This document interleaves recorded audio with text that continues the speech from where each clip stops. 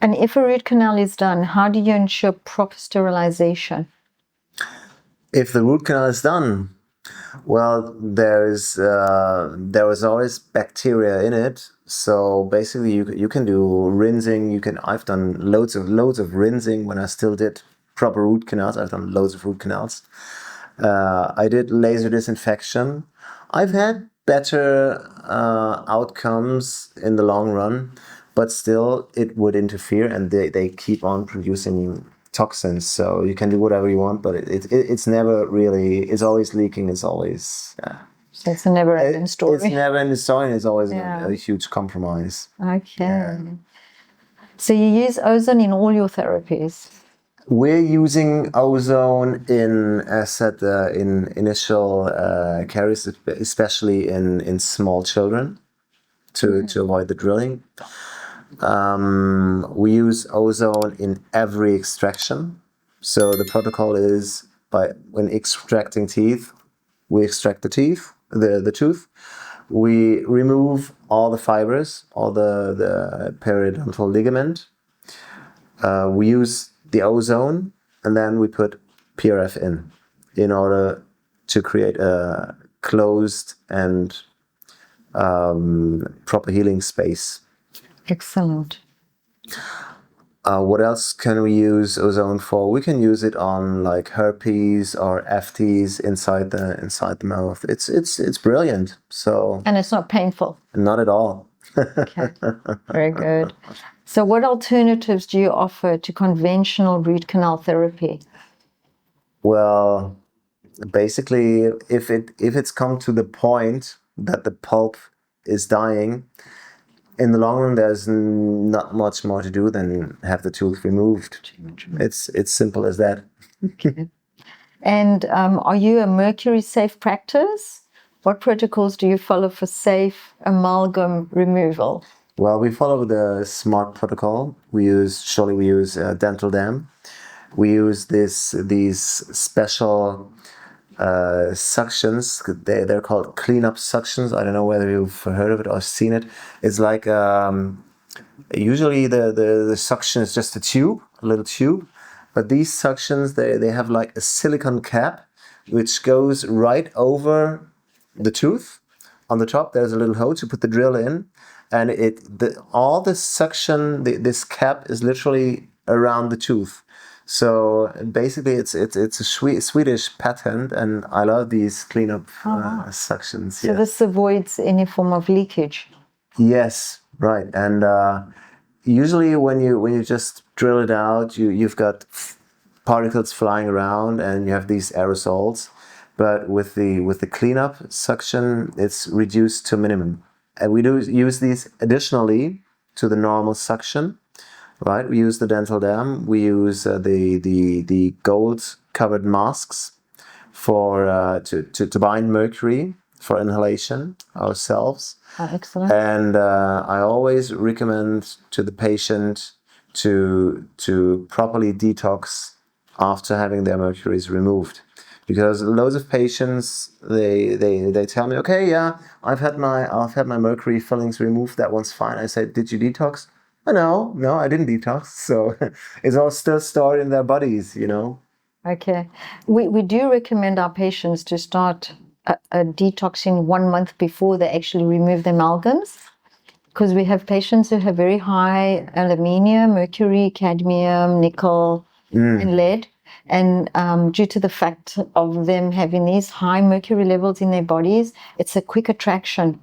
So what we do is we like to prepare our patients before we send them to a dentist. And I believe that once the procedure is done with you, the detoxification afterwards is much easier and the repair is much better. Would you recommend that? Well, it as you said, it depends on the level of metal toxicity, of the metal load, basically. But it's right that if we remove there is always a raise, and we mobilize this filling. Extraction. Yes. And in certain patients, it would definitely make sense to undergo first the detox, right?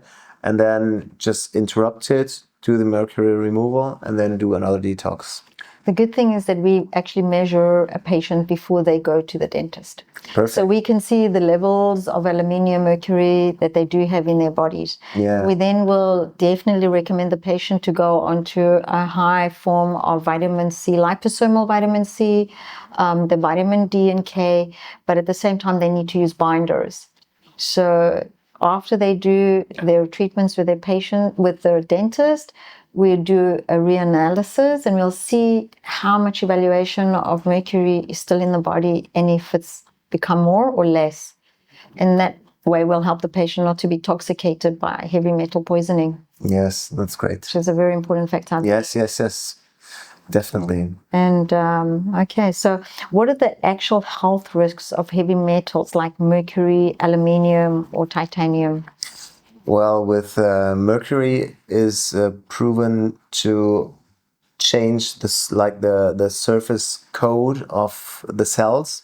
So the major histocompatibility complex, it changes, and as a result, the own immune system doesn't recognize this cell which structure has been changed on the surface. It doesn't recognize it as its own, but it's recognized as a foreign cell. So that's basically how autoimmune diseases start off. There you go. And that's the worst thing in mercury toxicity, basically, because it's an ongoing process and it's just starting off slowly, you know. Oh. And these immune system disorders, they're playing quite a central role. So any other heavy metal or also light metals, meanwhile they're everywhere. Like aluminium is in so many products wrapped in aluminium. Titanium is in skin creams. So it's like a general. It's basically a lifestyle you need to change to get rid of all these toxic overloads. Yeah, Absolutely. And even in the air, I mean, nowadays you really need to detox almost on a daily level by intake of chlorella and coriander essence, for example. Absolutely. So it's not sufficient to detox once your body and then you think, okay, I'm fine, that was it. No. It's an ongoing story because we can't escape it. No, we can't. And I think today in this toxic world, I think everybody has to take with some form of binder, and they need the processing of removing heavy metal poisoning every single day. Yes, most definitely. Yes. And are there safer or more biocompatible alternatives to amalgam fillings? What would you be using? Yes, for sure. Definitely these biocompatible resins. So the composite resins, they're the best alternative. I don't use anything else. Okay, for a temporary filling, we may use some glass ionomer cement, but in general, for dental fillings, we use on small fillings, we use these composites. And if it comes to like inlays or partial crowns, we use ceramics. So once you've actually removed the amalgamation, do you allow the tooth to repair itself before you will insert another filling, or would you do it directly? I would straight away put a biocompatible filling straight away in there. Yeah, there's some people who actually put chlorella powder on top of the tooth in order to bind the residual amalgams that are in the dentin. Okay. That's also, I don't do it. I keep it that way, but okay, very interesting. Smoking, yes. Okay, and can heavy metals affect matters such as energy, moods, immune deficiencies? Yes, most definitely we've been talking about this immune deficiency and autoimmune aspects of heavy metal poisoning. And also we see loads of patients with this chronic fatigue syndrome, and it always goes with heavy metal loads. Overloading in the Yeah. body. Most definitely. Absolutely. Most Okay. definitely. And would heavy metal poisoning in the teeth affect the gums in any way? In crowns and bridges that are still using dental alloys, we always, in 100% of the cases, we see like a reddish, chronically inflamed gingiva around these teeth, because it's always, there's some galvanism going on. The gums are irritated. There's ions that go into solution, and it's just not biocompatible, and most definitely we would never use metals again. Would that have an impact or a degradation on the bone mass of the jaw area? Well, when it comes to the bone mass, I'd say titanium implants are by far the worst thing to do, because the other implants, they're more or less superficial. Okay, if we have like a gum, like a gum recession, for example. Because the metal stays where it is, and when the gum has its safe distance, it would like also stay. But with the titanium going right into the bone, and this titanium associated osteolysis, so the bone decay following the titanium implant, this will not stop until. So let's say, how long would it take a titanium implant to cause osteitis to the jaw area? Well, basically we have around the titanium implant, especially in the gingival area, we always have a chronic inflammation. So basically it's right from the start. Yeah. Oh, really? So, yeah. So it doesn't have to be like always in the sense of hyperemic gingiva, but as soon as you go to probe a little bit around, usually it's bleeding quite easily. So Okay. it's basically right from the start. Do you have any recommendations for patients like that? Let's say they don't want to remove their implants. What would you recommend a patient to do? That's difficult. Would you impact them with more vitamins, minerals? Would you allow them to do like a pull-in effect of oil just to decrease toxicity levels? Well, there are certain oils that actually stimulate gingival healing, such as black Cumin oil, black cumin oil, right? coconut oil. Coconut oil, geranium oil, peppermint oil, and there are loads of products that contain these oils, and also the topic use of them can make sense in some cases. Yeah. So can it actually reduce the level of inflammation in that area by Yes, using it on a daily effect? Yeah. as said, would be a symptomatic treatment, because the actual cause is still there, but in acute inflammation, that it can give some relief, definitely. Okay. Yeah. So can I pick your brain on orthodontics? Yes, please. Braces and mouth guards. Braces and mouth guards.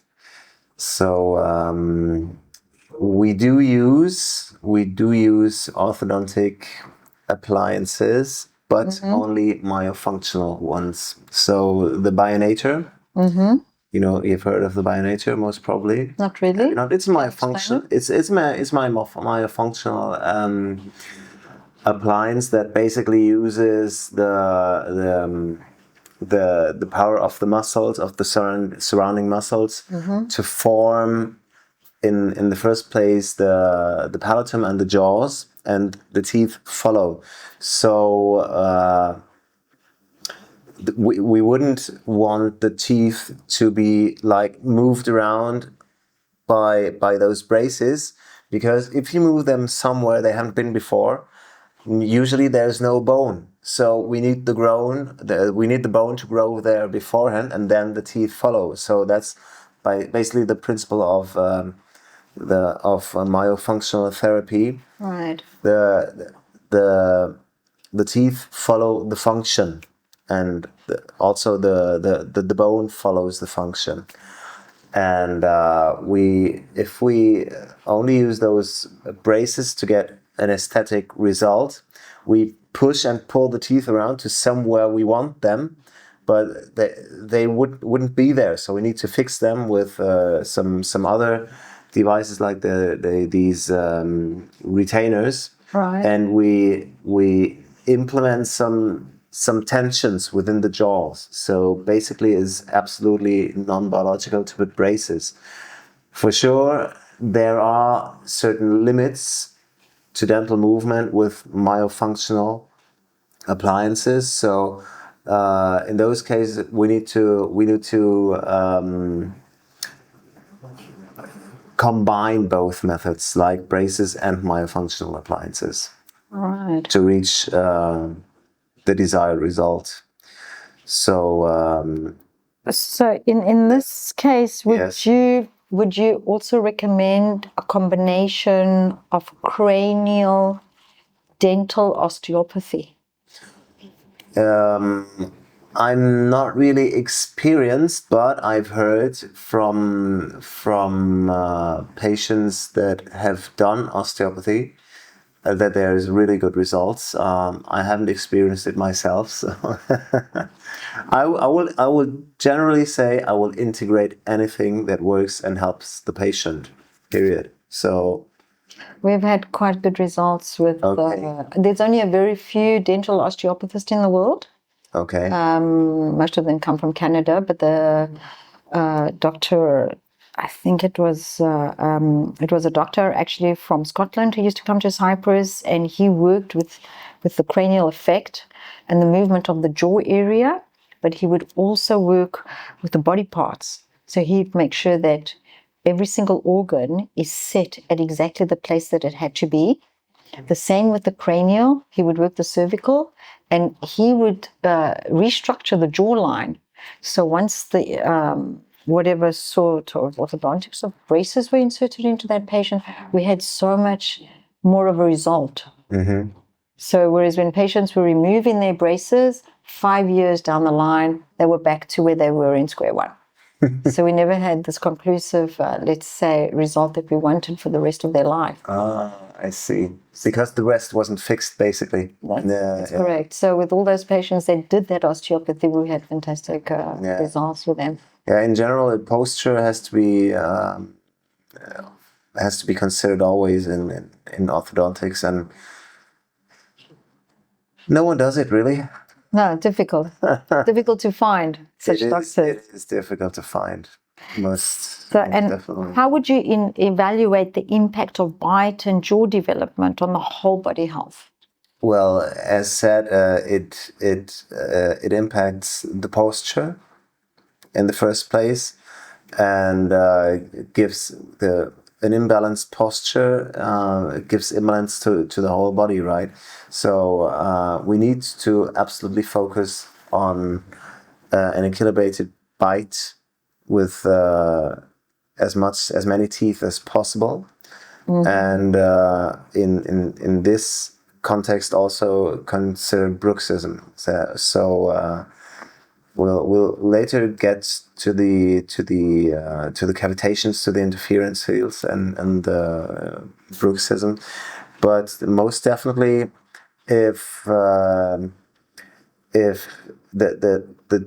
there's a proper jaw development that is not in any way compromised by the use of or by the late use of pacifiers, for example, it's a catastrophe what that does to the palatum, and these visceral swallowing tendencies that really cause you basically see the orthodontic problem grow over years, instead of seeing it being cured, and there definitely is a huge impact. So we need to focus. Well, in adults, what we can focus on is basically the bite, the equilibrated bite, and the curing of bruxism. That's the two basic parts, right? And going back to the braces, what material do you use when it comes to braces? When it comes to braces, that's basically up to the orthodontist. Okay. But there are these ceramic braces, whereas the bow itself needs to be in some sort of metal, right? Okay, to hold it. Because they've got this torque information that's being like stored inside it, and I don't know of any other material that could.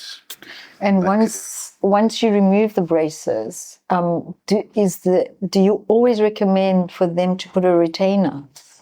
We can use, after the braces, we can use this myofunctional therapy to do like some sort of fine tuning. That's the basic idea, not to need a retainer. Okay.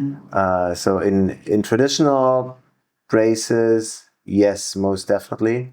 Either a retainer or one aligner that keeps it back to the form it was, right? All right. And these retainers stay in forever, right?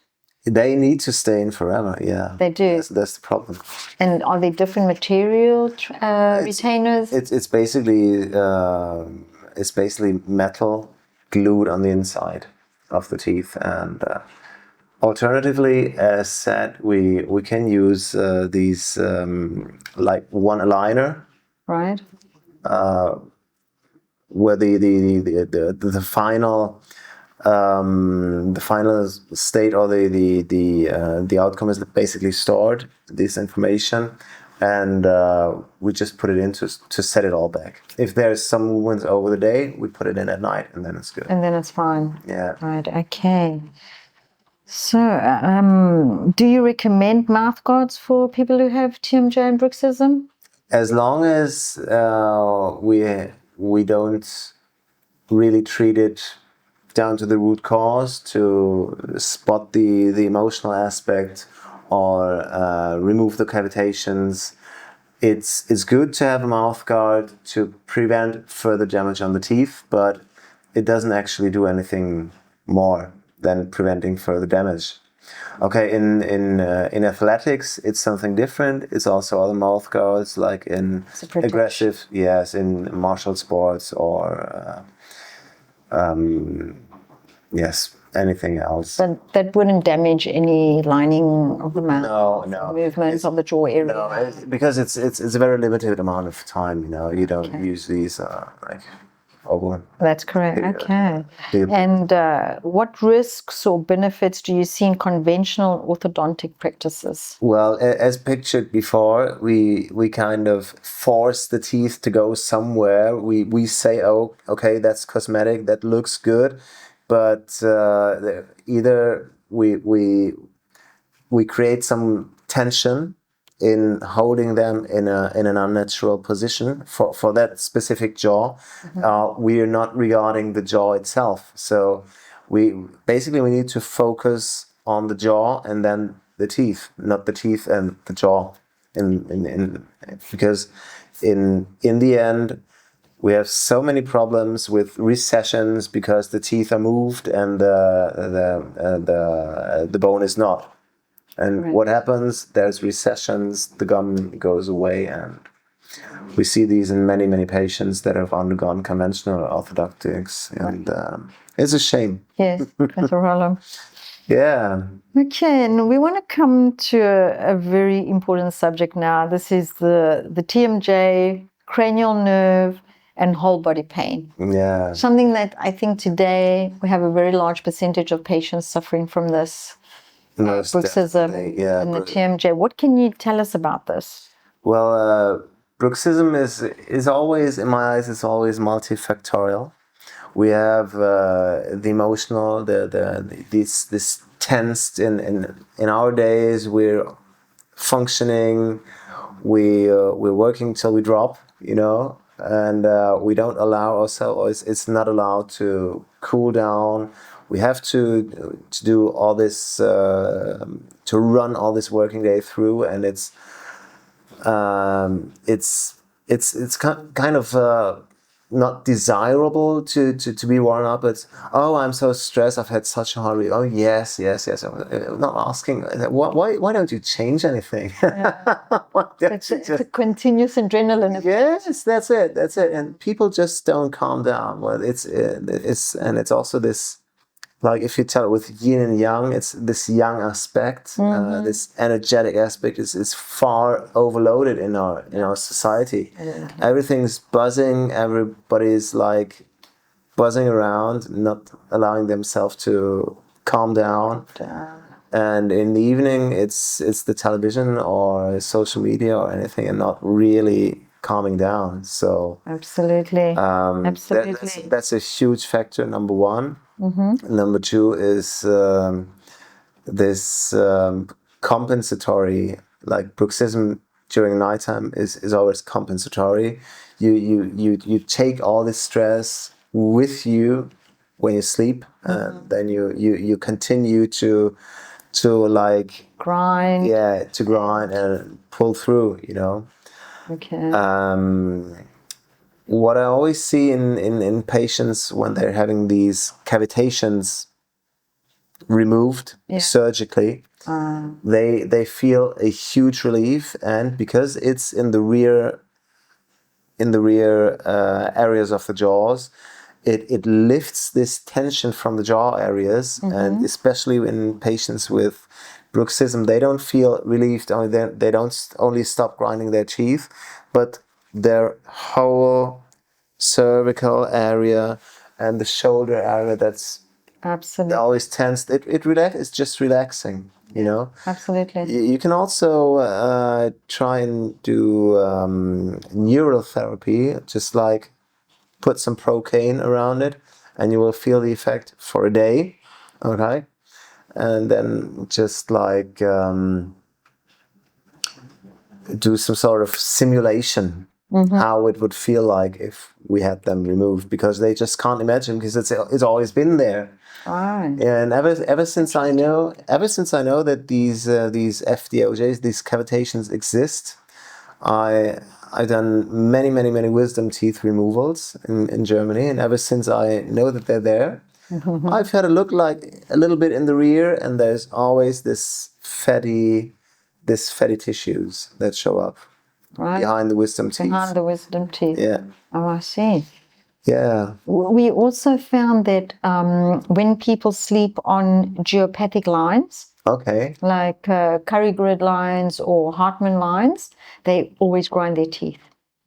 I can tell you that in 100% of all the patients that do sleep on these lines, unfortunately, they have a negative electrical field in that area.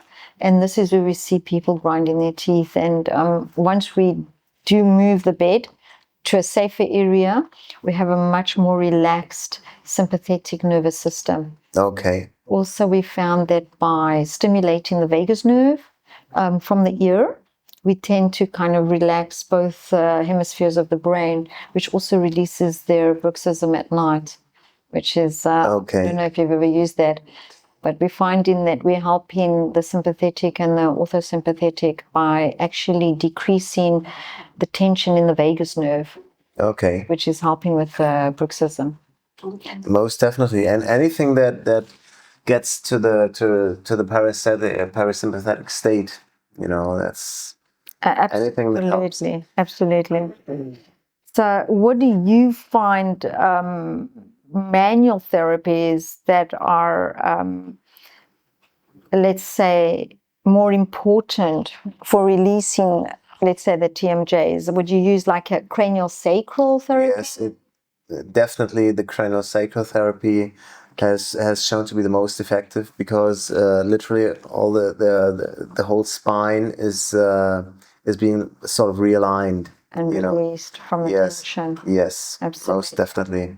Okay. So any patient I've sent to craniosacral therapy said that was such a changing. So can you actually cure TMJ? Well, I've seen people stop grinding their teeth after they've been through this interference field therapy. So getting rid of all these emotional aspects, they need to be ready to Make changes. to make changes in their lives, even if it's difficult. You know, I mean, if they only change their position, their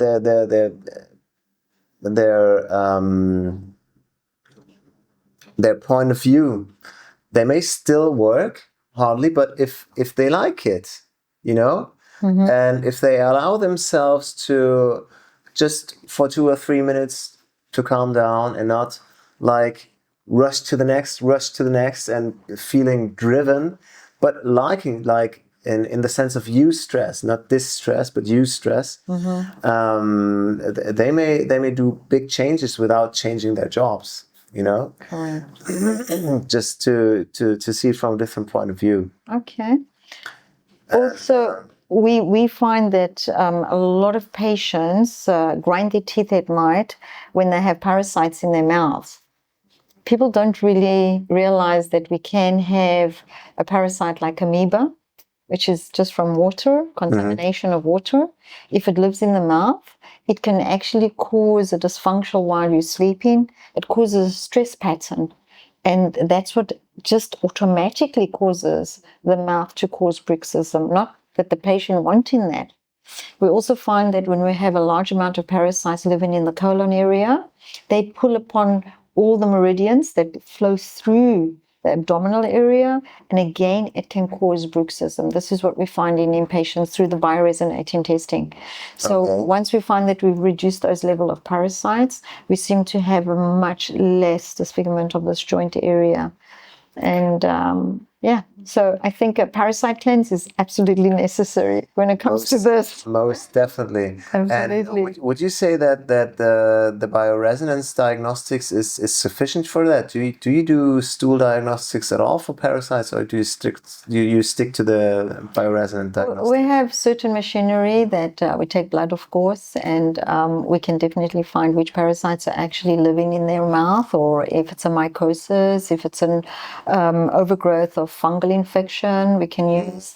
And at times parasites and bacteria can actually hide within the mucosa of the mouth. So by using the bioresonating fields, we can actually detect those frequencies, because parasites have got a certain form of frequency, and so does bioresonance. So that's how we detect these parasites. Yeah. And I think that is phenomenal that we can actually find what's living in your mouth. It is. So I believe that in this situation, you would definitely need an oral hygiene effect. I mean, what would you recommend in that?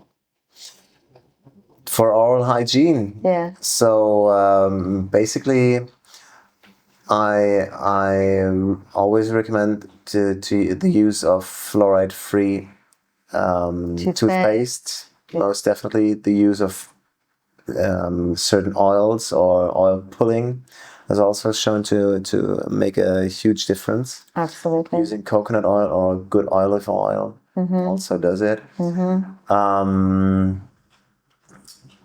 When it comes to flossing or